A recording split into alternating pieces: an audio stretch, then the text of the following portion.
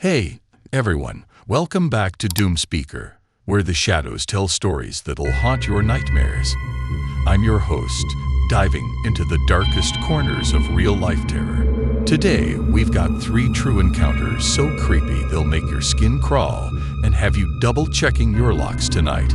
These are stories from people just like you, facing things that lurk in the dark, things that go bump in the night. If you're obsessed with spine-chilling tales like I am, smash that like button, hit subscribe, and ring the bell so you never miss a story. Got a creepy encounter of your own? Drop it in the comments. I read every single one.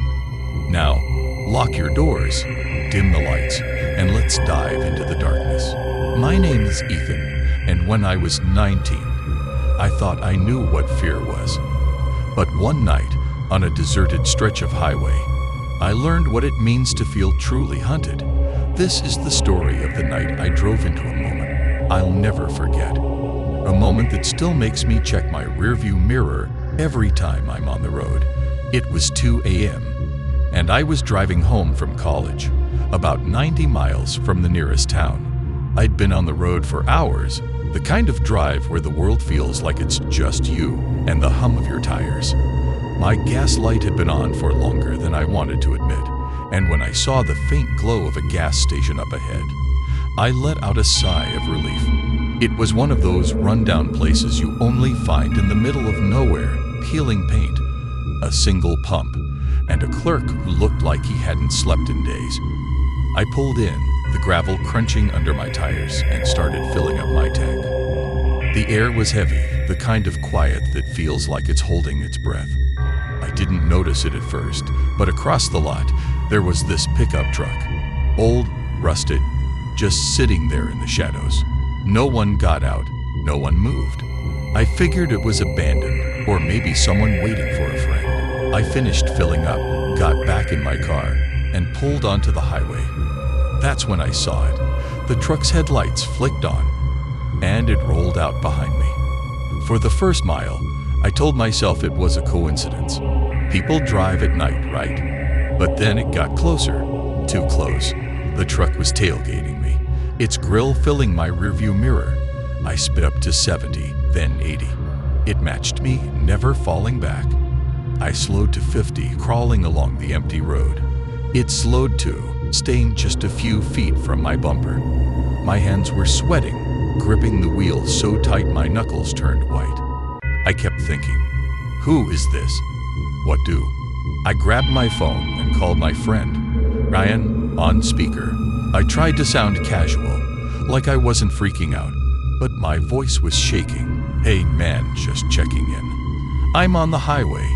Got some weird truck behind me. Ryan laughed, said I was being paranoid, but I could barely focus on his words. 20 miles.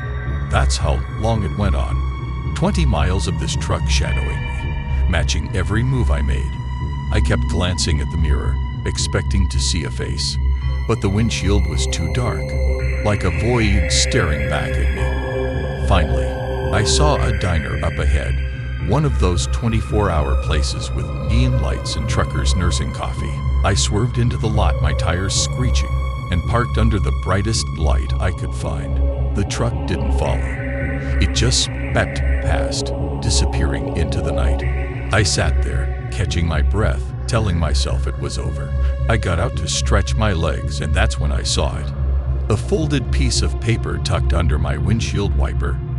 My stomach dropped. I reached for it, my hands shaking so bad I could barely unfold it. The note said, "I know where you live." 5 words that turned my blood to ice. I looked around, half expecting someone to be watching from the shadows, but the lot was empty. The diner's windows glowed, but no one inside seemed to notice me. I called the police, my voice barely steady enough to explain. They came, took the note, asked a few questions, but they couldn't trace the truck. No license plate, no description, just a ghost that vanished into the night. To this day, I don't know who was in that truck or how they got that note on my car without me seeing them. I moved apartments a month later, changed my routes, stopped driving at night. But every time I'm on the highway, I check my mirror, because somewhere out there, someone knows where I live. My name is Caleb, and a few years ago, I thought camping in the wilderness was the ultimate escape. Just me, my friends, and the stars. But one night, deep in the forests of the Pacific Northwest, I learned that some places hold secrets that don't want to be found. This is the story of the night something watched us from the shadows and left a mark I can't erase. It was late summer, and my buddies, Jake, Marcus, and Sarah, decided to get away for a weekend. We found this remote campground in the Pacific Northwest, miles from the nearest road. No cell service, no neighbors, just us and the wilderness.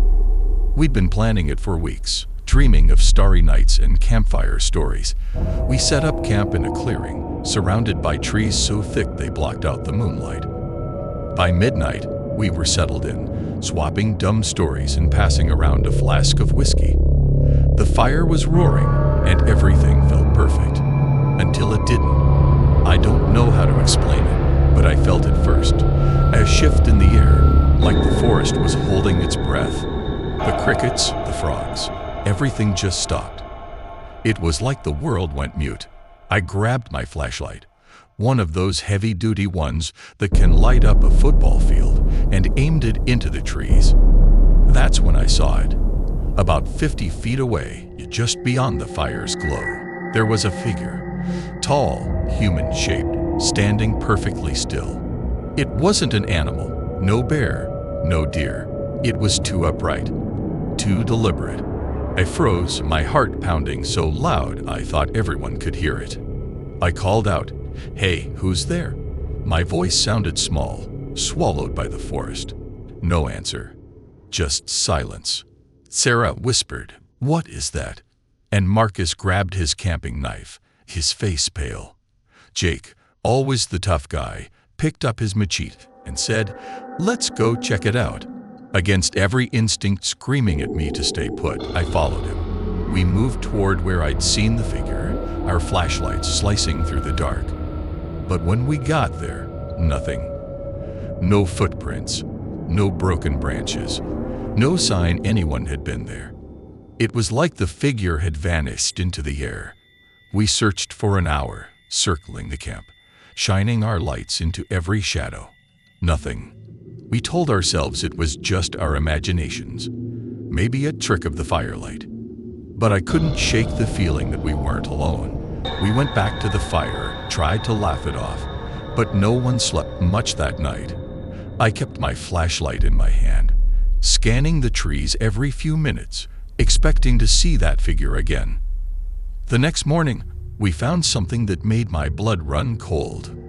Our cooler, the one we'd left by the fire, was covered in scratches, deep, jagged marks like claws had raked across it. They weren't there the night before. I'd have noticed. We checked the ground around it, thinking maybe a bear or a cougar, but there were no tracks, no claw prints, nothing. Just those marks, staring at us like a warning.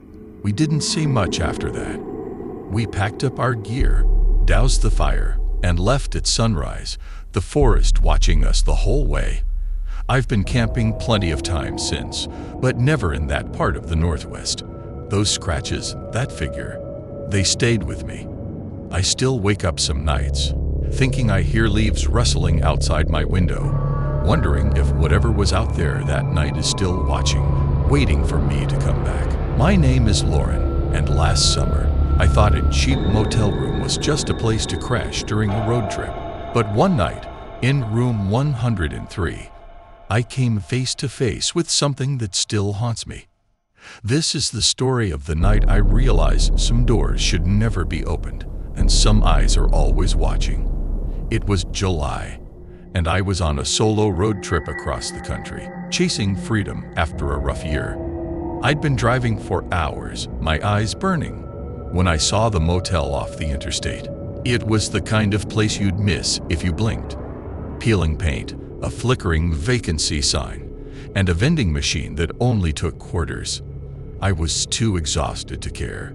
I checked in, got the key to room 103, and collapsed onto the bed without even kicking off my shoes. The room smelled like mildew and stale cigarettes, but I was out cold in minutes. Around 3 a.m., I woke up. No reason, just that jolt you get when your body knows something's wrong. I lay there, heart pounding, listening to the silence. Then I heard it, a soft, deliberate scratching at the window. At first, I thought it was a tree branch, maybe caught in the wind. But the sound was too rhythmic, too intentional. Scratch, pause, scratch. I held my breath, hoping it would stop. Then came the whispering, soft, muffled, like someone talking to themselves just outside. I couldn't make out words, but it was human.